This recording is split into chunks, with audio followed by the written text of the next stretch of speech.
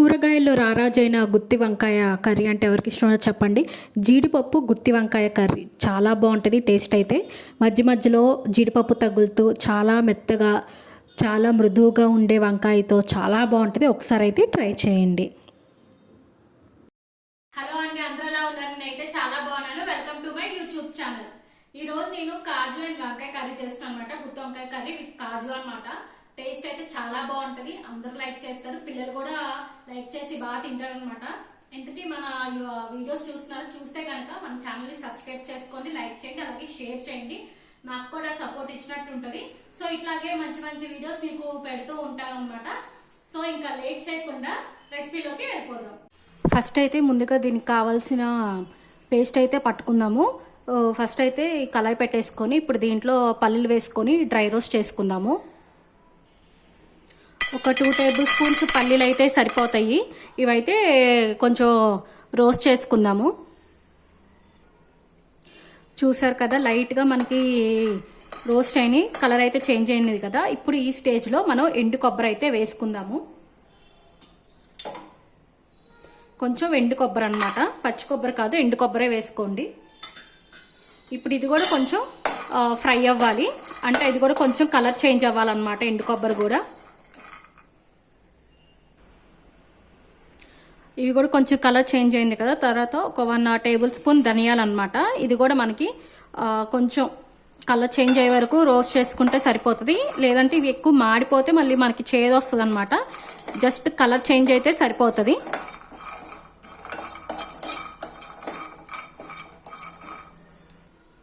లైట్గా colour change అయింది కదా. ఇప్పుడు 1 టేబుల్ స్పూన్ నువ్వులు అనమాట. ఇవి కూడా కొంచెం జస్ట్ అట్లా వేగనిస్తే సరిపోతుంది. ఇదిగో చూసారా, చిటపట అంటున్నాయి వేయంగానే, అంటే ఆల్రెడీ ప్యాన్ హీట్ ఉంది కాబట్టి. ఇప్పుడు స్టవ్ ఆఫ్ చేసేసుకుందాము. దీంట్లోకి 1 టేబుల్ స్పూన్ గసగసాలు వేస్తున్నాను అనమాట. ఇవి ఎక్కువ మాడక్కర్లేదు, సో ఈ వేడైతే సరిపోతుంది. నేను అందుకనే స్టవ్ ఆఫ్ చేసిన తర్వాత లాస్ట్లో వేసాను. ఇవి ఒకసారి ఇట్లా కలిపేసుకుంటే ఆ వేడికి అవి కూడా వేగుతాయి అనమాట. సో మనకి సరిపోతుంది. సో ఇవన్నీ మనం చల్లారిన తర్వాత మిక్సీ పట్టుకుందాము.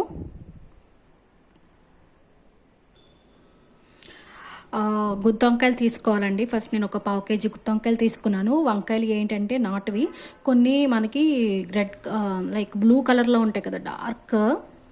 సో అవి ఏంటంటే నాకు అవి చూస్తే మంచి షైనింగ్ అనిపిస్తాయి. నాకేంటి అవి చూస్తే పెస్టిసైడ్స్ బాగా కొట్టి అనిపిస్తాయి అనమాట. అందుకని నేను అవి ఎక్కువ ప్రిఫర్ చేయను, మ్యాక్సిమం ఇవే తీసుకుంటాను. సో ఇప్పుడు వీటిని కట్ చేసుకొని మనం ఉప్పు నీళ్ళలో వేసుకుందాము. మీకు ఏ వంకాయలు ఇష్టం అయితే అవి అయితే తీసుకోండి. ఇట్లాగా 4 చీలికలు చేసుకోండి. అండ్ మనకి దీంట్లో పురుగులు ఉన్నాయో లేదో కూడా ఒకసారి చూసుకోండి, ఎందుకంటే వంకాయలు ఎక్కువ పురుగులు ఉంటాయి కదా. సో ఇప్పుడు అవి నేను సాల్ట్ వాటర్లో తీసుకున్నాను. కట్ చేయడం కూడా మనం లాస్ట్ వరకు కాదు, కొంచెం పైకే కట్ చేసుకోవాలి, ఎందుకంటే విడిపోకుండా మంచిగా ఇట్లాగా గుత్తుగా ఉంటుంది. ఇక్కడ వరకు కట్ చేస్తే మనం చివరి వరకు కట్ చేసాం అనుకోండి, అదేమో విడిపోద్ది అనమాట. సో ఒకసారి పురుగులు ఉన్నాయో లేదో చూసుకొని ఉప్పు నీళ్ళలో వేసుకోండి. ఉప్పు నీళ్ళలో ఏంటంటే మనకు కలర్ చేంజ్ అవ్వకుండా వేసుకుంటాం, అది అందరికీ తెలిసిందే కదా. సో ఇట్లాగ అన్నీను కట్ చేసుకొని వేసుకుందాం. మీకు ఈ వంకాయలతో చేసుకుంటారా, లేకపోతే ఇంకొక వేరే వంకాయలు ఉంటాయి కదా వాటితో చేసుకుంటారా, ఏదంటే ఇష్టం? నేనైతే మ్యాక్సిమం వీటితోనే చేస్తాను. ఇవి దొరకనప్పుడు అవి తీసుకొస్తాను. అండ్ ఈ గుత్తి వంకాయలు కూడా చిన్న చిన్నవి తీసుకురండి, ఎందుకంటే పెద్ద పెద్దవి అయితే మనకి అంత బోర్గా అంత టేస్ట్ రాదు అంటే చూస్తానికి కూడా మంచిగా అనిపించదు అనమాట. మనకి గుత్తి వంకాయ ఇంటికి చిన్నగా గుత్తిగా ఉండాలి కదా, అందుకు. సో వీలైనంత వరకు అయితే చిన్న చిన్నవే తీసుకొచ్చుకోండి.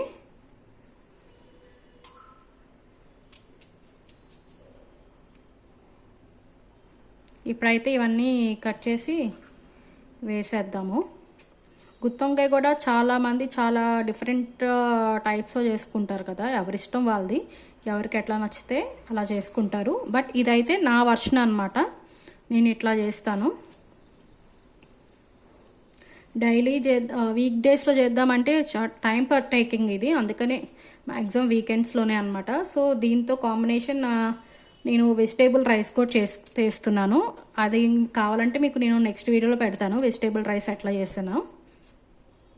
ఈరోజు అయితే ఈ వంకాయ రెసిపీ అయితే చూపిస్తున్నాను అనమాట. సో అన్నీ ఇలాగా మంచిగా పుచ్చులు ఉన్నాయో లేదో అన్నీ చూసుకోండి.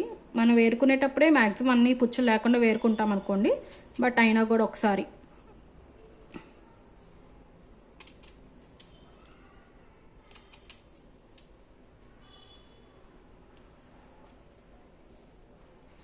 ఈ కాడలు ఇష్టం లేని వాళ్ళు కొంచెం కట్ చేసుకోండి, బట్ ఇట్లా పట్టుకొని తినడానికి అయితే బాగుంటుందని, ఇట్లా పట్టుకొని తినడానికి బాగుంటుందని నేనైతే ఉంచేసాను కాడలు.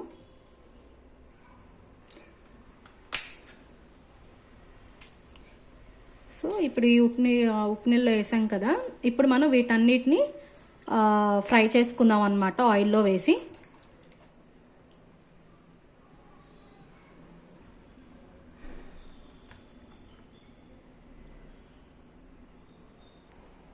ఇందాకలా అవి రోస్ట్ చేసుకున్నాం కదా మసాలా, సో నేను అదే ప్యాన్లో ఇది కూడా ఫ్రై చేస్తున్నాను అనమాట.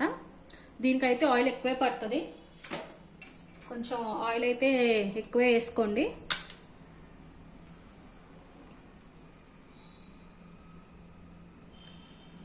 సో నేనైతే ఇంత ఆయిల్ తీసుకున్నాను, అంటే ఒక 4 స్పూన్స్ అనుకోండి. సో ఆయిల్ ఎక్కువే పడుతుంది, ఎక్కువే తీసుకున్నాను. సో మనం మంట కూడా మీడియం టు లో ఫ్లేమ్లో ఉంచుకొని ఈ వంకాయలు అనేది ఫ్రై చేసుకోవాలి. ఇది హీట్ ఎక్కిన తర్వాత వంకాయలు అనేది దాంట్లో వేసుకుందాము. ఆయిల్ హీట్ అయింది, ఇప్పుడు ఈ గుత్తి వంకాయలు దాంట్లో వేసుకొని ఫ్రై చేసుకుందాము. నీళ్ళు అయితే కొంచెం వదిలించుకోండి, మళ్ళీ బాగా చిందులు పడతాయి కదా. సో మూత పెట్టేసుకోండి.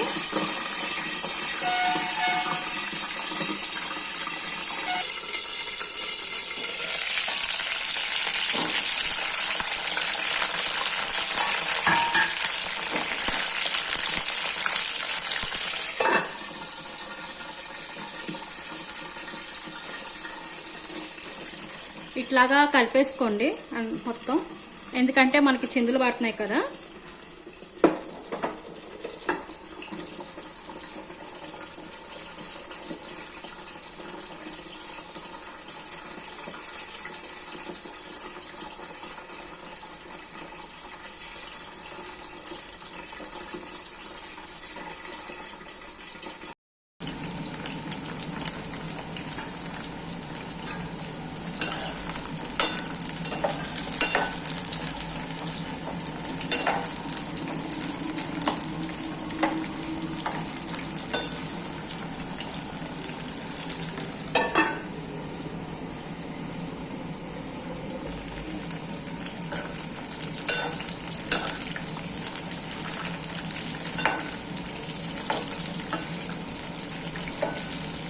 చూసారు కదా మనకి కలర్ ఎలా చేంజ్ అయిందో. సో అలాగా మొత్తానికి కూడా మనకి మొత్తం కలర్ అనేది చేంజ్ అవ్వాలన్నమాట.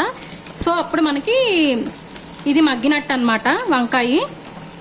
సో ఒక 5 మినిట్స్ అయితే ఉంచుకుందాము.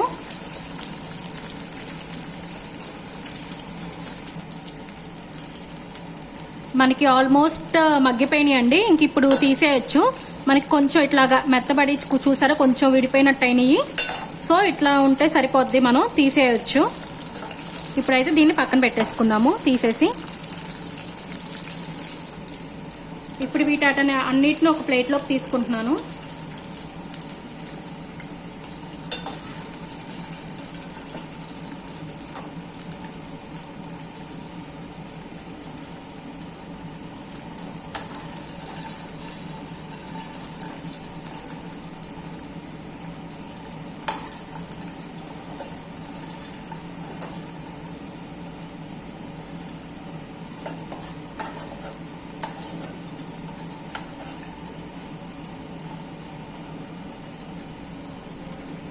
సో ఇలా తీసేసుకొని ఒక ప్లేట్లో పెట్టేసుకున్నాను. ఇప్పుడు ఇదే కళాయిలో మనం కర్రీ అయితే చేసేసుకుందాము. నాకు ఈ ఆయిల్ అయితే సరిపోతుంది, మీకు కావాలంటే ఇంకా ఎక్స్ట్రా వేసుకోండి, లేదు ఎక్కువ అవుతుందంటే కొంచెం అయితే తీసుకోండి. సో నేను దీంట్లోనే చేసేస్తున్నాను. ఇప్పుడు నేను కొంచెం దాల్చిన చెక్క అండ్ లవంగాలు అయితే వేసుకుంటున్నాను.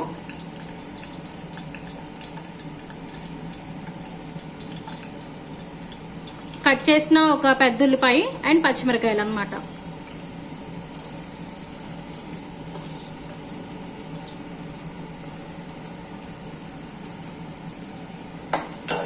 ఇవి కొంచెం గోల్డెన్ బ్రౌన్ కలర్ వచ్చే వరకు వేయించుకుందాం వీటిని.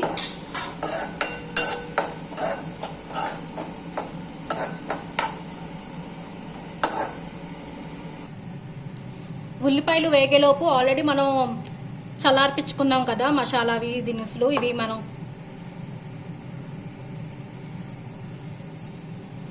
మనం పక్కన తీసుకొని పెట్టుకున్న స్టఫింగ్ ఉంది కదా, ఇది ఆల్రెడీ చల్లారిపోయినాయి. ఇప్పుడు దీంట్లో మనం వాటర్ పోసుకుంటూ కొంచెం మెత్తగా పేస్ట్ లాగా అయితే గ్రైండ్ చేసుకుందాము.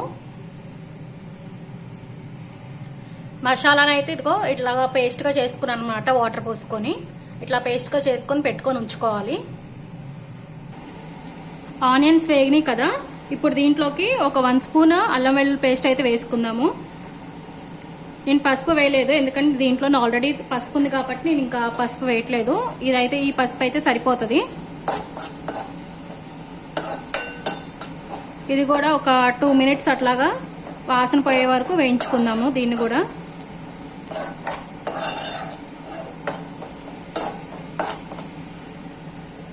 అల్లం వెల్లుల్లి పేస్ట్ కూడా ఆల్రెడీ వేగిపోయింది. ఇప్పుడు మనం ముందుగా తీసుకొని పెట్టుకున్న పేస్ట్ ఉంది కదా గ్రైండ్ చేసి, అదైతే వేసేసుకుందాం దీంట్లోకి.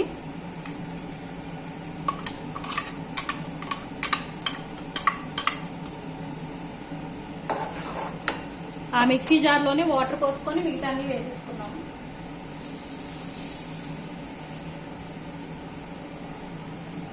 సో దీంట్లోనే మంచిగా వాటర్ పోసుకొని, మనకి వాళ్ళకు వాటర్ కావాలి కాబట్టి వేస్ట్ చేయకుండా ఈ వాటర్ని దీంట్లో పోస్తున్నాను అనమాట. మీకు కావాల్సిన కన్సిస్టెన్సీ వచ్చే వరకు మీరు వాటర్ పోసుకోవచ్చు. కొంచెం లూజ్గా కావాలంటే కొంచెం లూజ్గా పోసుకోండి.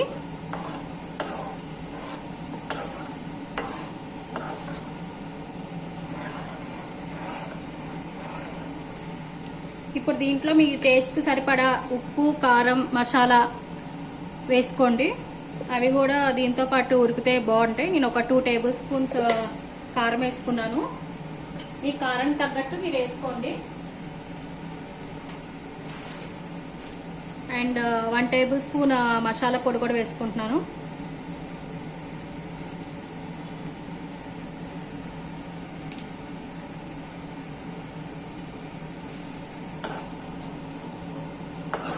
ఉప్పు దీంట్లో నేను వేయలేదు.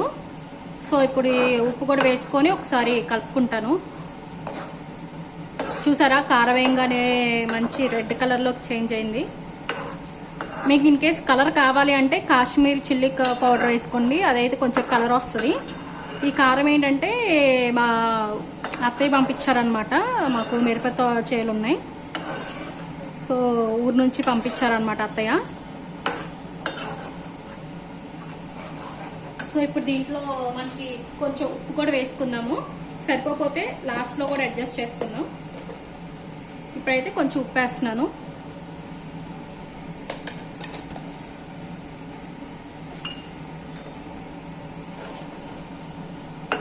ఉప్పు వేసి కలిపించి ఇది కొంచెం పొంగు రానిద్దాం. ఒక పొంగు మూత పెట్టేసుకుందాం.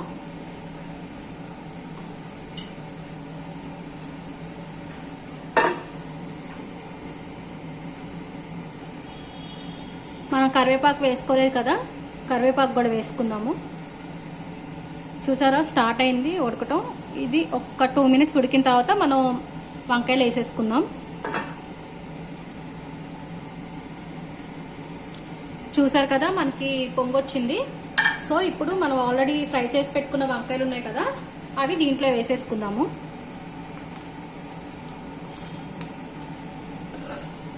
ఒకసారి కలిపేసుకుందాము. మీకు గ్రేవీ కనుక థిక్గా ఉంది అనిపిస్తే కొంచెం వాటర్ అయితే పోసుకోండి.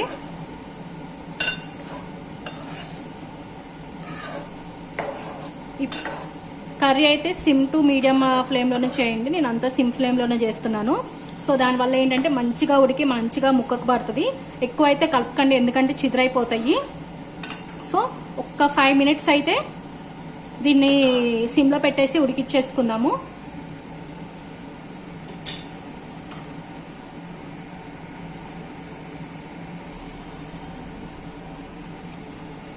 మంచిగా ఉడుకుతుంది కదా, ఇప్పుడు దీంట్లోనే కొంచెం చింతపండు రసం అయితే వేసుకుందాము. ఎందుకంటే కొంచెం పుల్ల పుల్లగా అయితే బాగుంటుంది. సో కొంచెం అయితే సరిపోతుంది, ఈ మాత్రం చాలు. ఇప్పుడు ఒక 2 మినిట్స్ అయితే ఉంచుకుందాం. ఆల్రెడీ అయిపోయింది ఆల్మోస్ట్. మంచిగా మనకి కర్రీ అయితే ఉడికింది, చూసారా ఎలా ఉడుకుతుందో. సో ఇప్పుడు మనకి కొంచెం కొత్తిమీర అనమాట, మీకు కావాల్సినంత వేసుకోండి. నేను ఒక గుప్పుడు కొత్తిమీర వేసుకున్నాను. అండ్ దాంతోపాటు మన మెయిన్ ఇంగ్రీడియంట్ ఏంటంటే కాజు అనమాట. మీకు ఎంత కావాలంటే అంత వేసుకోండి. ఇదైతే లిమిట్ ఏం లేదు. నేనైతే ఒక గుప్పుడు కాజు అయితే వేసుకున్నాను. కాజు అనేది మనకేమీ ఫ్రై అవసరం లేదు, ఇట్లా వేసినా సరిపోతుంది. సో ఫైనల్గా మనకి కర్రీ అయితే రెడీ అయిపోయిందనమాట. కాజు గుత్తి వంకాయ కర్రీ చాలా బాగుంటుంది. ఒకసారి అయితే తిని ట్రై చేయండి. ఇప్పుడైతే మనం ఇలాగా దగ్గర పడిన తర్వాత స్టవ్ అనేది ఆఫ్ చేసేసుకుందాము. సో చూసారా వంకాయ అండ్ కాజు కర్రీ. సో చాలా బాగుంటుంది, ఒకసారి అయితే ట్రై చేయండి. అంతేకాదు మన వీడియోస్ ఎవరైనా సబ్స్క్రైబ్ చేసుకోకపోతే మళ్ళీ సబ్స్క్రైబ్ చేసుకోండి. అంతేకాదు ఇంకా మంచి మంచి వీడియోస్ పెడుతూనే ఉంటాను. నన్ను అయితే సపోర్ట్ చేసినందుకు చాలా థ్యాంక్ యూ అండి. ఎవరైతే సపోర్ట్ చేస్తున్నారో వాళ్ళకు కూడా. అండ్ నా వీడియోస్ నచ్చినైతే తప్పకుండా సబ్స్క్రైబ్ చేసుకోండి. నేను ఇంకా ట్రై చేస్తూ ఉంటాను, ఇంకా కొత్త కొత్తగా నేర్చుకొని మీకు కూడా చూపించి మీరు కూడా ట్రై చేయొచ్చు. అంతేకాదు పిల్లలు కూడా బాగా తినేటట్టు కూడా వాళ్ళకు కూడా మొత్తం కలుపుకొని మీకు చెప్తాను అనమాట, వాళ్ళు కూడా తినే విధానం బట్టి. సో తప్పకుండా అయితే మీరు ఒకసారి అయితే ట్రై చేయండి. నా రెసిపీస్ కూడా ఖచ్చితంగా నచ్చుతాయి. మళ్ళీ నెక్స్ట్ వీడియో కలుద్దాం.